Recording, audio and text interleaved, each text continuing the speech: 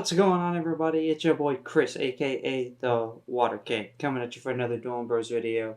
And today we got Cryptid Arena episode number 3, okay? And I'm really excited for this week because we finally got the Dark Tower updates, and then we also got a surprise Casters Cup update, okay? So I'm super excited about that. And then before I get too deep into it, alright, I know that I have not uploaded a duel from last week, and I promised the worms versus the flame deck. How, however, yeah, as I went to go start doing all that, uh, I set everything up, and then I was about to get into it, and all of a sudden, this terrible smell just came over everything, and turns out a skunk had climbed the fence, got into my yard, and my dogs were like, "Hey, what's up with that?" And yeah, and then so it sprayed my dogs, and then I think it also got some at the wall. Cause man, it was bad. I don't know if any of you guys have ever actually had to deal with this before, but it was way worse, way worser than than I thought. Yeah, I mean, when my dogs came inside, they were freaking out, and they were, they were trying to smash in their face in their bowl of water and trying to rub it off of their face. Oh, it was great. And then as soon as they did that, the smell just got 100 times worse. It felt like, it was bad. And 6 or 7 baths. Had to order skunk shampoo. I mean, anyway, yeah, I could go on about my week, but anyway, I have that coming. Don't worry. The worm deck versus my flame deck is a coming. I'm actually gonna edit that when I get done with this episode. But yeah, so just a little look into my life right there. But anyway, let's get into this Dark Tower and let's go ahead and dive into this Cryptid Arena episode. Okay, you're gonna really like the locals part of this. I got 2 very unique decks that I got to play against. So I think you guys are going to be very excited for that part. So the Dark Tower update. Okay, we already knew it was at Mothman Festival, Saturday, September 16th through Sunday, September 17th. Okay, and then you can go to mothmanfestival.com and the event weather looking pretty good. Okay, now as we all know, the terrors normally are ×3. Okay, but this time they're ×1, and we got city, dusk, farm, full moon, and nighttime. Okay, so that is pretty cool. Okay, I'm pretty excited to see how this will turn out, because I know a lot of people were complaining that the ×3 multiplier was just ruining the event. So we will see how this goes. Okay. And then it is the month of October. You hear rear coyotes howling at night. A real wooden canoe is within eyesight. A real sentry box is within eyesight. So I know a lot of people are going to be trying Sentry Box Devil. People already like that card, and that's going to be swinging for extra 100 damage. Yeah, all right. A real preserved corpse is within eyesight. If you know, you know. Okay, if you know, you know. You are in a woodland at night. I wonder what that's for, right? You are in the Great Smoky Mountains. You are playing by a real church. You are within 1 mile of a human-made tunnel. Okay, it's a way throwback. And then we got pages name Mothman enter the arena awakened. This means that Mothman is affected, but Chibi Mothman is not. All right.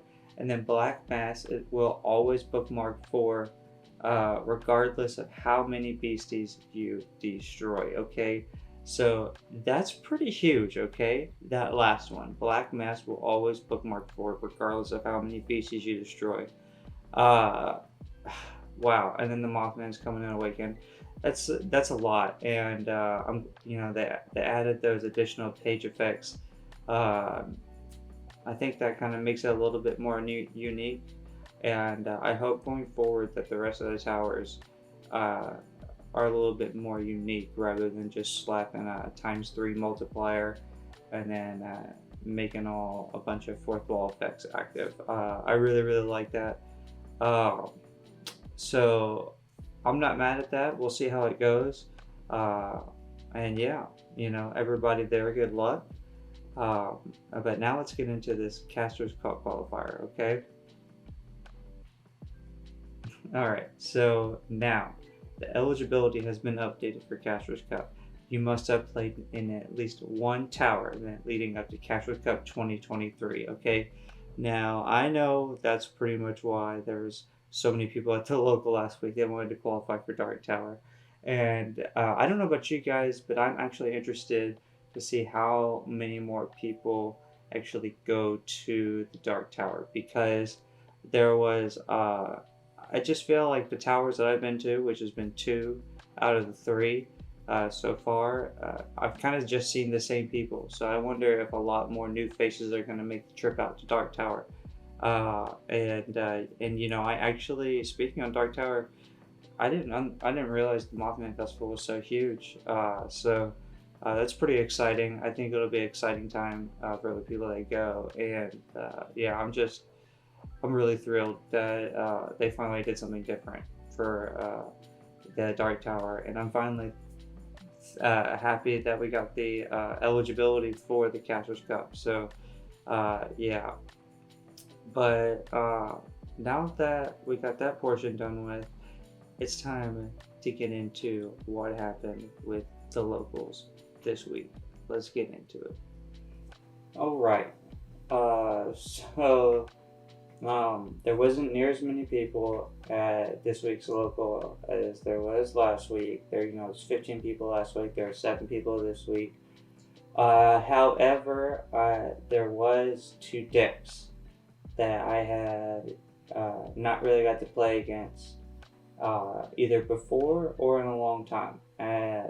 Being the Cosmic Water, I know of it popping up not everywhere, in some places, and I just haven't not got to play it. Sasquatches I've played a few times out and about, but I haven't played it in a while, so it was nice to see it with the good old native update. So let's get into a couple of the standout cards from the Cosmic Water matchup. Because as soon as my opponent said that he had water as his worthwhile items, I was like, what? Okay, so I guess let's start with Ask What Died, okay? Because if Stars is active, the coin flip for this beastie's flash is considered heads, okay? And then each time you contract Stars Terror or Meteor Shower Terror page, activate the following effect 2 times. Deal 10 damage to target beastie artifact or caster. And then his attack, 30 damage. You may destroy a terror page in the arena. If that terror page is owned by you, deal 25 damage to target opposing beastie artifact or caster. A lot of effect damage, okay? A lot of effect damage. And he's flying and he's spirit. And there's a 3-0. So,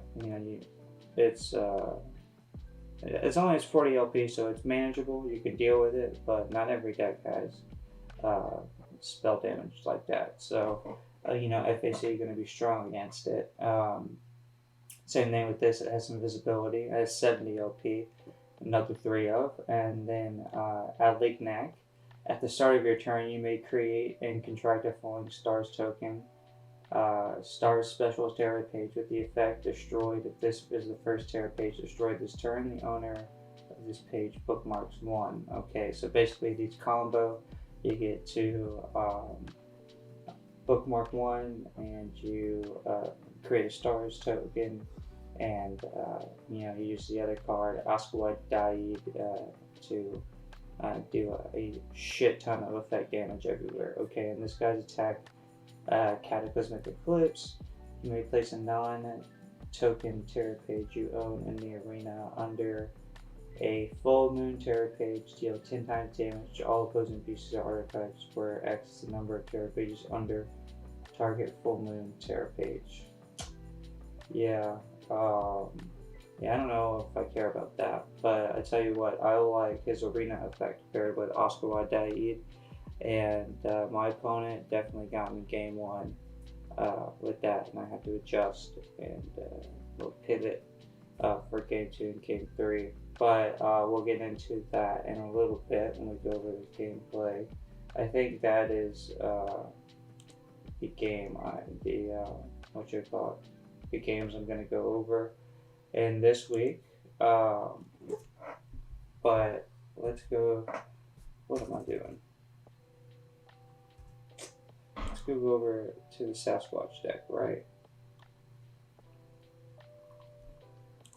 This was a lot of fun to see. Not a lot of people have faith in the Sasquatches, or maybe they do and they're keeping it a secret. But I think it's interesting, and I think especially for like a locals, it's fun. You know, you got the Wilderness Bigfoot, that 8 other awakened non-token BC Sasquatches, you win the game.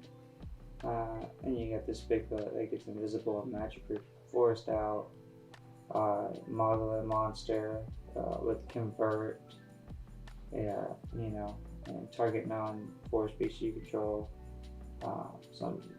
That one actually applied for that deck. His power. Ohio Craftsman, Q creates power. The nest token can't be targeted by attacks for the BC Sasquatches. Orange Eyes with invisible makes an appearance, right? Sheep Squatch is very annoying, very, very annoying. BC Sasquatch that you control costs 1 less for sword to contract, so basically turning the Sasquatch deck into a critter deck for the turn. So we can't have that happening, right? And then we got Skookum, okay? If you control an Earth BC Sasquatch, 4 species Sasquatch you control gain Stone Skin. This effect does not stack, okay? And so the one thing that my opponent was doing was he was also trying to play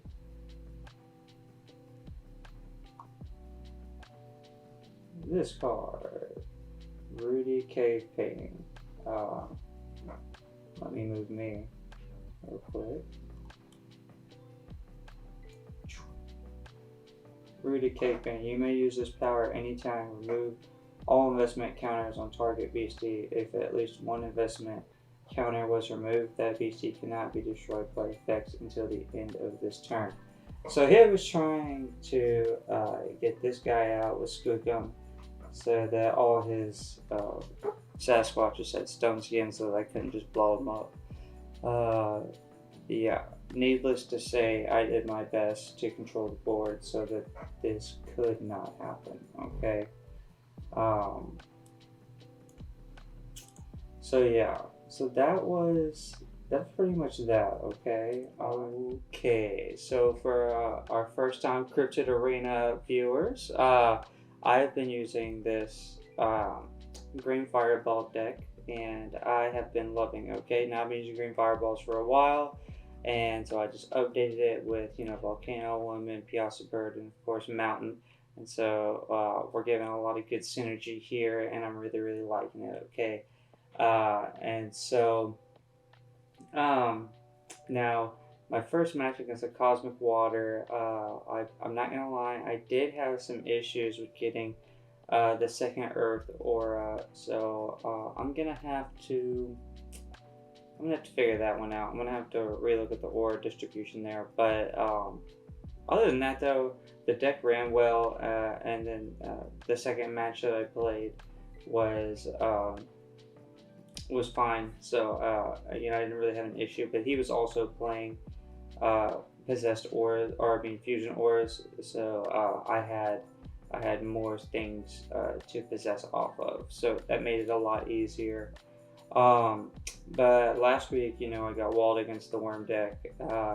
Now I got some earthquakes in the side deck, so that's pretty much taken care of. You going against me with a worm deck, just know you kind of have some earthquake coming your way. And so I sided in Cement Worm this week. That's right, Cement Worm, because it just I just feel like it has a good fit with the deck against certain other decks.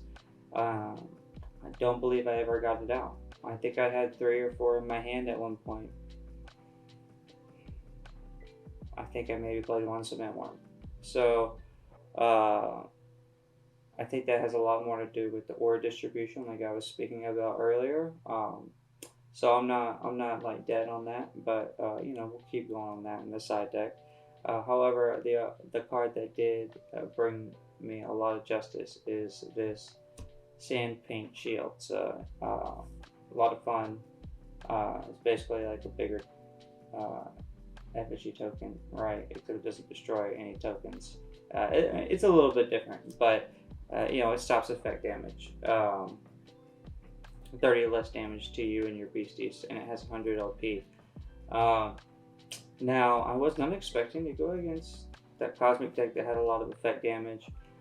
I was thinking of other things, and I was just kind of thinking to myself, like, there's a lot of stuff with effect damage. Just like I got caught with my pants down, metaphorically speaking, with the worm deck. I didn't want to get caught by some effect damage. So I was like, you know what? I got spirit traded beasties. People be hitting me with effect damage, and there we go. And so now I knew I might run into cosmic, so I knew the ray gun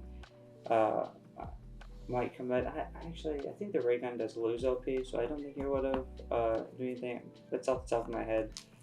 Though Metazoo is getting so many cards that it's becoming hard for me to just, for my memory, to just keep track of everything all at once.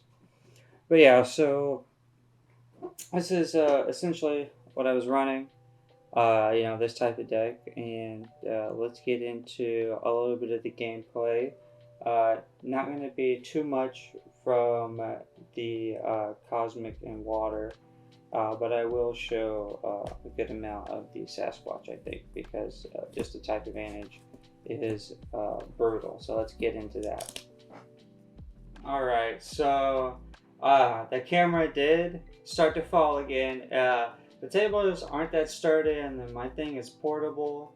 So, I've just kind of learned that it's going to happen, and I have to keep track of it. Game one, I did a good job. I got my Piazza Bird out. And I was feeling pretty confident. But then, as we're about to see right here, a double FACs. And then, he hits me with the Fresno Nightcrawlers. So that was, it was pretty devastating. I was a big boy. I was hoping to put some work in next turn with that, I believe.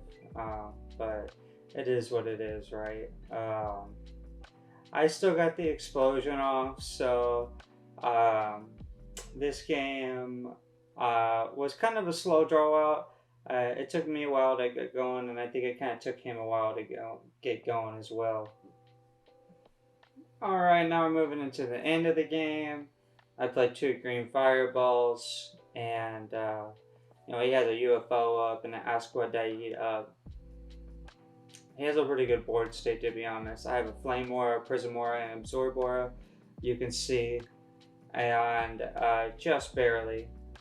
But if he can make a good move and wipe out my board, then it's over. And he plays a laser gun. Step 1 in the right direction. Plays another Asquadaid. Okay, that scared me. I'm gonna be honest with you guys. That scared me. And then there it is, the Star's Terror. And so then that activates both of the Asquadaids, and that's 40 damage total, and he chooses to take out one of my green fireballs. It's nasty. And then, he's gonna take that UFO, and he's gonna make my green fireball lose 30 LP. So it's just not looking good. So I decided that I was going to scoop and move on to game 2. Now, if you want to see this full game 1, and you want to see full game 2 and full game 3, maybe, who knows, then check out later this week. I'll have the full matchup with commentary. But without further ado, let's get into the Sasquatch match because I love good old type event. As a water player, I normally end up dealing, getting the type advantage against me with lightning. And now that we have a lot more types coming into play, it was nice to get type advantage for once. So, Flay versus Sasquatches. Let's get into it. Okay, so getting right into the action. My opponent went first. We went Aura, and then I normally have to wait till turn 2 to play something. And he played his beastie first, and it was Sasquatch. And so now he's about to play this third Aura. And Sasquatch, as we covered a little briefly before, you fatigue it, and all beastie Sasquatches cost 1 less, down to a minimum of 1 until the end of the turn. So I'm about to read this and then look at him having 3 aura, and I'm about to be like, what the hell is going on here?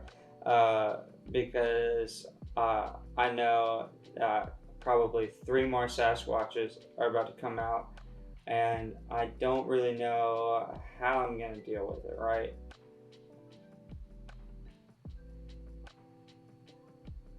Yep.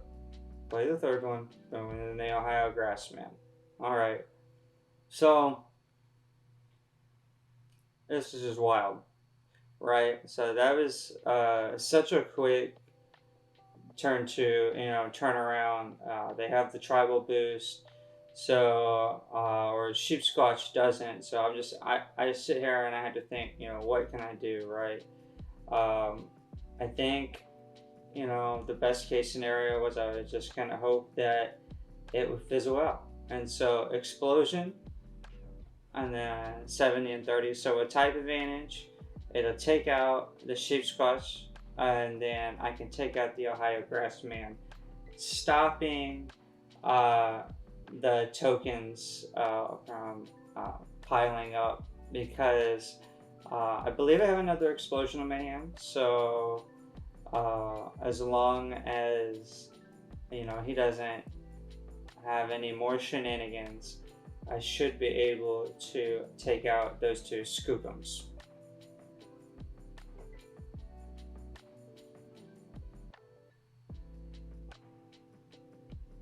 Alright. So he plays a Mogollon Monster, then he New Year's. So that's just, it's very nasty. And this is what I'm talking about. We had another pair of players playing on the same table. So we got a little bit of shaky cam, but it comes with the territory of being mobile, right? This is just not a good situation. He lightning in a bottles it, right? He converts, uses his last aura, and he plays the Ohio Grassman. He's very, very nasty. If he has another lightning in a bottle, it's going to put him in a very good spot.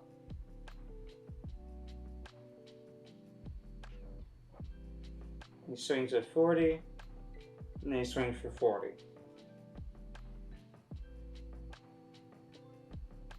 Very, very, very interesting. Very interesting, okay? Now let's skip to the end of this match and see, or this end of this game, and see what happens. Alright, so as you guys can see, I pretty much have this one in the bag now. There's a bit of a glare, but I got a Volcano Woman up there near the Headless Coal Miner. I got a Power Breaded Green Fireball. I got another Volcano Woman, and then I got Piazza Bird, and then he has 2 orange eyes, okay? Now I'm about to get his life points to 0 on this next turn that I have, but the Volcano Womans were just putting in work because all the Sasquatches were 2 or less and they're forest beasties. So on top of my green fireballs that would be destroyed, then his Sasquatches would also proc damage to be destroyed. Sorry, I had a light flicker and I was like, whoa. But yeah, so this game is pretty much wrapped up. I got that power bright green fireball, and that's pretty much as hard to stop especially when I got those defenders. And the orange eyes are invisible, but they're not doing as much damage as mine. I remember thinking the only way that I was gonna lose this game is if he like came out with like a Bigfoot, uh, like the wilderness Bigfoot, and had like 3 lightning and balls or something like that. That was the only way he was gonna win. Uh, yeah, it would have been very interesting. Or oh no, that's right. He does the power bread. I remember thinking if he has set like a couple power breads, he wins because they're visible and you can't defend. So that's why I went ahead and attacked with Volcano Woman. But I went ahead and ended up winning this one. He scoops, and yeah, this was a good game 1. So let's see what happens in game 2. Okay, so now we are towards the end of game 2, and let's see what's going on here. He has a power predator that scoop him that has regenerate. He has a Moglin monster out, and I got 2 green fireballs and a headless coal miner. Now that scoop him is pretty dangerous. Okay, so I'm about to get confused here in a second and be like, whoa, what happened here? Because I forgot he had regenerate. I'm trying to do explosion. Boom, called it. Yeah, I remember that, feeling like a dummy. So I do 2 earth and 2 flame for the native Piazza bird, all cleared out from the lighting. Roll flash on him, doesn't really matter. I'm trying to get rid of that sucker. But now I know, at least if I can't get rid of him, that he's not going to attack me next turn, right?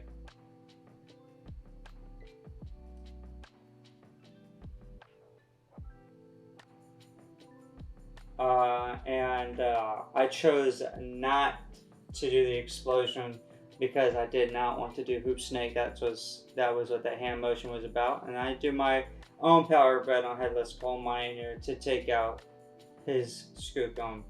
And at this point, it's pretty much over. I kill the Moglin monster and I deal 30 to him. And you know, now I'm swinging with Mountain out, we got 200, and then from the Coal Miner, 120 from the Piazza Bird, then we got 60 from the Green Fireballs. And if I swing at the Green Fireballs first, when I end my turn, you know, that's another 50 damage. So what? That's 280 plus 50. That's 330 damage. You don't see the damage on screen, but he only has like 640 LP.